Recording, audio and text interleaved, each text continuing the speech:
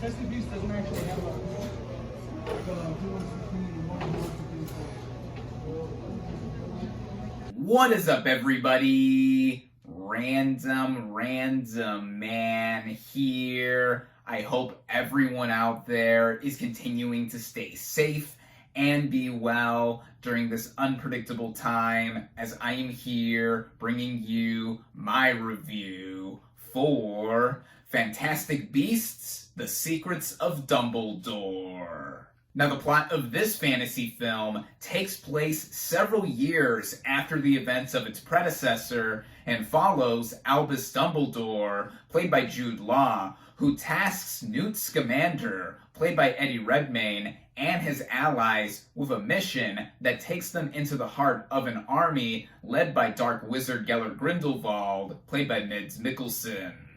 Going into this movie, I was looking forward to it. To put it lightly, and as one could probably tell, I am a massive fan of Harry Potter and the wizarding world at large. This was the first franchise I deeply fell in love with across all kinds of media that I could come across, whether we're talking about the books, the movies, the video games, or anything else that got me deeper into the lore of it. I was into it. And just this past year, we celebrated the 20th anniversary of the release of the first film adaptation of the series, Harry Potter and the Philosopher's / Sorcerer's Stone. And of course, I love the movies overall. And just earlier this year, too, on New Year's Day, we got the Return to Hogwarts special on HBO Max, which I really enjoyed and saw a lot of the major players, both in front of and behind the camera, from the series,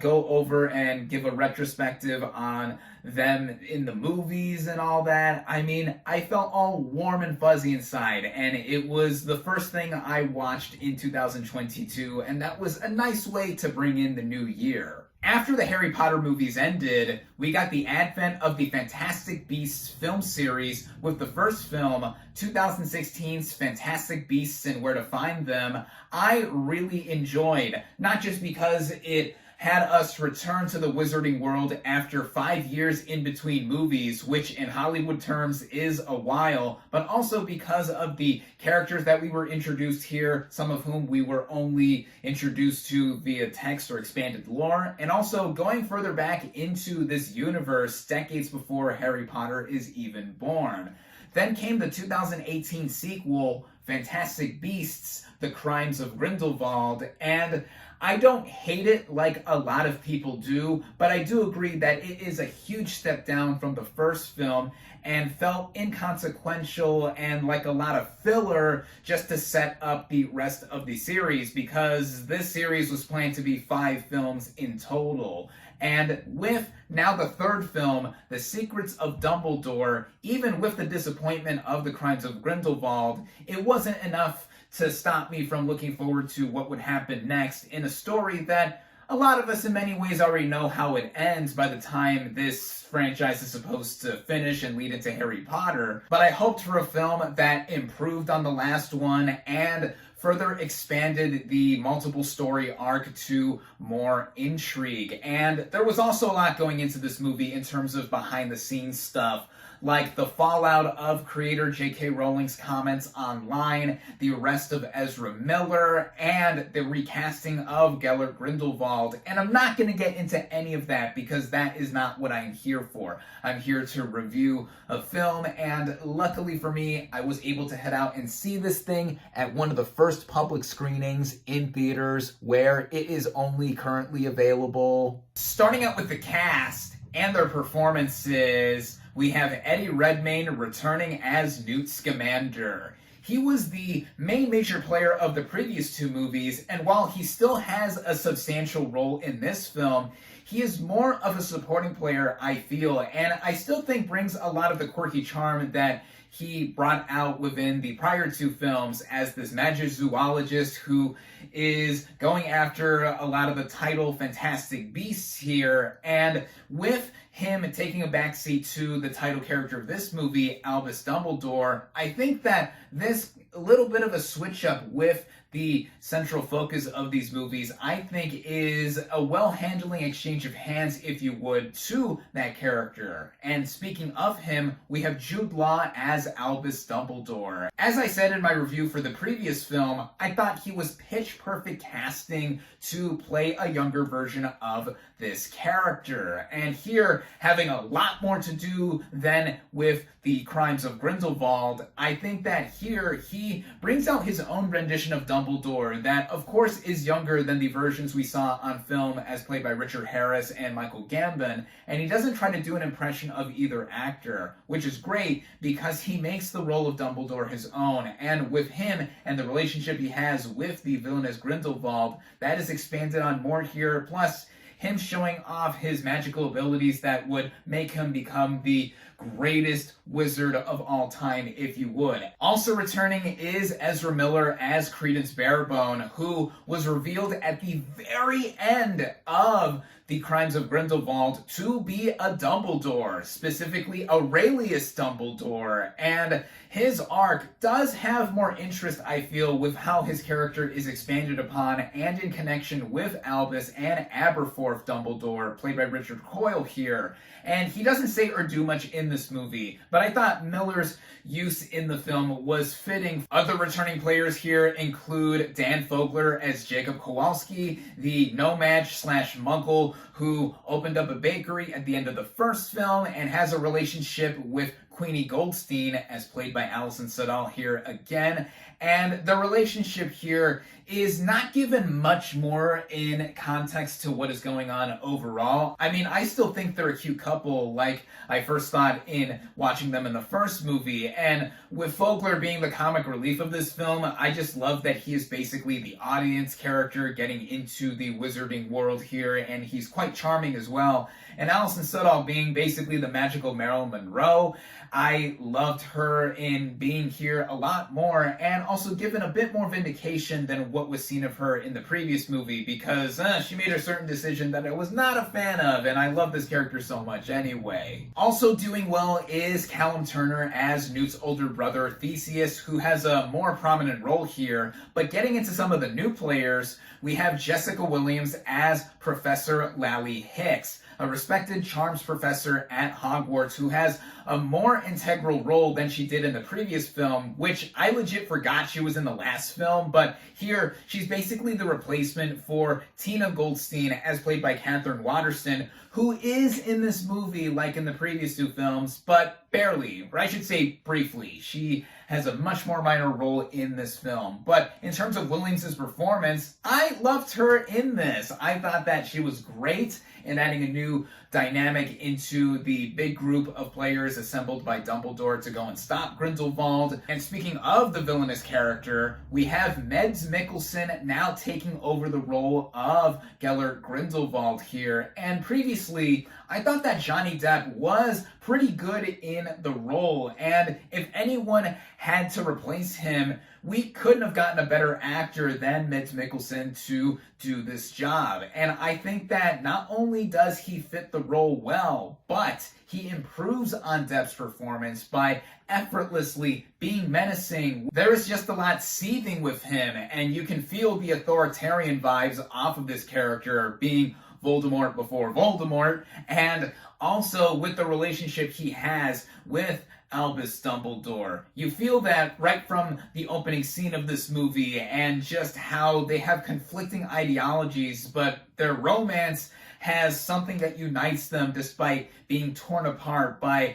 how they feel the wizarding world should work. If anything, this film is an automatic improvement from its predecessor just for Mikkelsen's performance alone. And I think that all in all, with the performances here, I thought that mostly everyone did a magical job. Now getting into the writing, which was done again by J.K. Rowling like with the previous two films, but she didn't write this film alone, as Steve Kloves, who previously adapted all of the Harry Potter books to the silver screen, minus the fifth film, The Order of the Phoenix, also coming on here, which I thought was a needed addition in many ways, because as skilled as Rowling was in setting up this entire wizarding world with all 7 of the Harry Potter books, she is not the strongest screenwriter. And I think that was a common issue with the prior 2 films that I think is remedied somewhat with this film. At least with how the narrative is flowing, and felt like there was a lot more progress going on. After the opening scene that goes into Dumbledore and Grindelwald's relationship a bit more,